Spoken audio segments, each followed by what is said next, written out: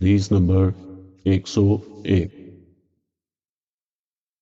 وہ ابو سعید خدری رضی اللہ عنہ سے روایت کرتے ہیں کہ عورتوں نے رسول اللہ صلی اللہ علیہ وسلم سے کہا، آپ صلی اللہ علیہ وسلم سے فائدہ اٹھانے میں مرد ہم سے آگے بڑھ گئے ہیں، اس لیے آپ اپنی طرف سے ہمارے واعظ کے لیے بھی کوئی دن خاص مقرر فرما دیں۔ تو آپ صلی اللہ علیہ وسلم نے ان سے ایک دن کا وعدہ فرما لیا۔ اس دن عورتوں سے آپ نے ملاقات کی اور انہیں واعظ فرمایا اور مناسب احکام سنائے۔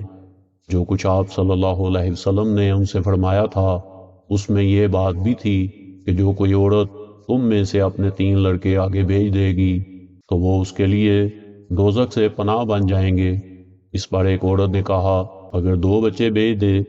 آپ صلی اللہ علیہ وسلم نے فرمایا، ہاں، اور 2 کا بھی یہی حکم ہے۔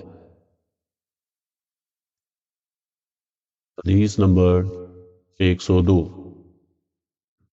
وہ ابو سعید سے ابو سعید خدری رضی اللہ عنہ رسول اللہ صلی اللہ علیہ وسلم سے یہی حدیث روایت کرتے ہیں، اور دوسری سند میں عبد الرحمن اصحانی کہتے ہیں، میں نے ابو حازم سے سنا، وہ ابو ہریرہ سے نقل کرتے ہیں کہ انہوں نے فرمایا کہ ایسے 3 بچے جو ابھی بلوغت کو نہ پہنچے ہوں۔ حدیث نمبر 103۔ انہیں ابن ابی ملیکہ نے بتایا کہ رسول اللہ صلی اللہ علیہ وسلم کی بیوی عائشہ رضی اللہ عنہا جب کوئی ایسی باتیں سنتی جس کو سمجھ نہ پاتی تو دوبارہ اس کو معلوم کرتی تاکہ سمجھ لے۔ چنانچہ ایک مرتبہ نبی کریم صلی اللہ علیہ وسلم نے فرمایا کہ جس سے حساب لیا گیا اسے عذاب کیا جائے گا۔ عائشہ رضی اللہ عنہا فرماتی ہیں کہ یہ سن کر میں نے کہا، کیا اللہ نے یہ نہیں فرمایا کہ ان قریب اس سے آسان حساب لیا جائے گا؟ رسول اللہ صلی اللہ علیہ وسلم نے فرمایا کہ یہ صرف اللہ کے دربار میں پیشی کا ذکر ہے، لیکن جس کے حساب میں جانچ پڑتال کی گئی سمجھو وہ غارت ہو گیا۔ حدیث نمبر 104۔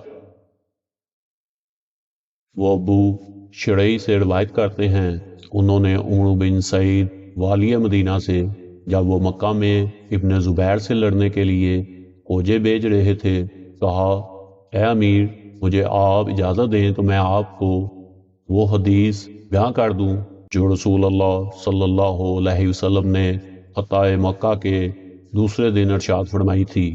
اس حدیث کو میرے دونوں کانوں نے سنا اور میرے دل نے اسے یاد رکھا ہے، اور جب رسول اللہ صلی اللہ علیہ وسلم یہ حدیث فرما رہے تھے تو میری آنکھیں آپ صلی اللہ علیہ وسلم کو دیکھ رہی تھیں۔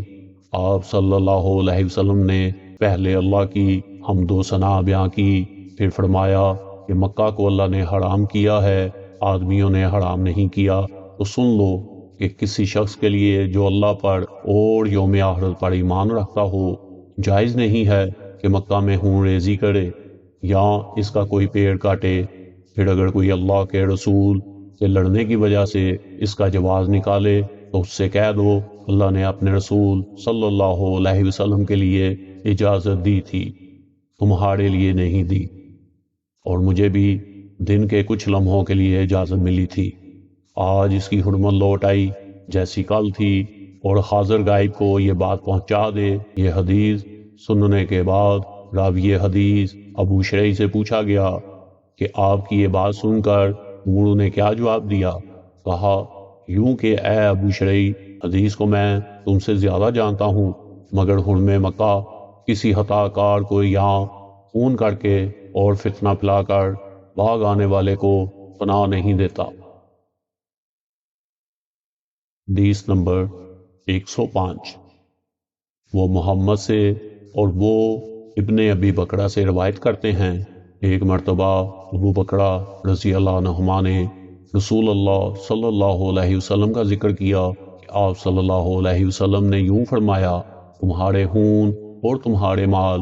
محمد کہتے ہیں کہ میرے خیال میں آپ صلی اللہ علیہ وسلم نے وَأَعْرَضْكُمْ کا لفظ بھی فرمایا، یعنی اور تمہاری آبروئیں تم پر حرام ہیں، جس طرح تمہارے آج کے دن کی حرمت تمہارے اس مہینے میں سن لو، یہ خبر حاضر گائی کو پہنچا دے۔ اور محمد راوی حدیث کہتے ہیں کہ رسول اللہ صلی اللہ علیہ وسلم نے سچ فرمایا۔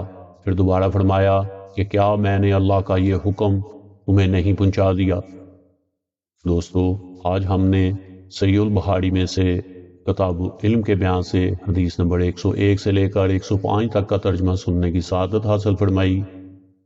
اگر آپ چاہتے ہیں کہ یہ سلسلہ اسی طرح چلتا رہے، ہمارے چینل کو لائک اور سبسکرائب لازمی کیجیے گا، اور اپنی قیمتی رائے کا اظہار کمنٹ میں ضرور کیجیے گا۔ تو ملتے ہیں اسی طرح اگلی ویڈیو میں مزید احادیث کے ساتھ۔ تب تک کے لیے اجازت دیجیے۔ اللہ حافظ۔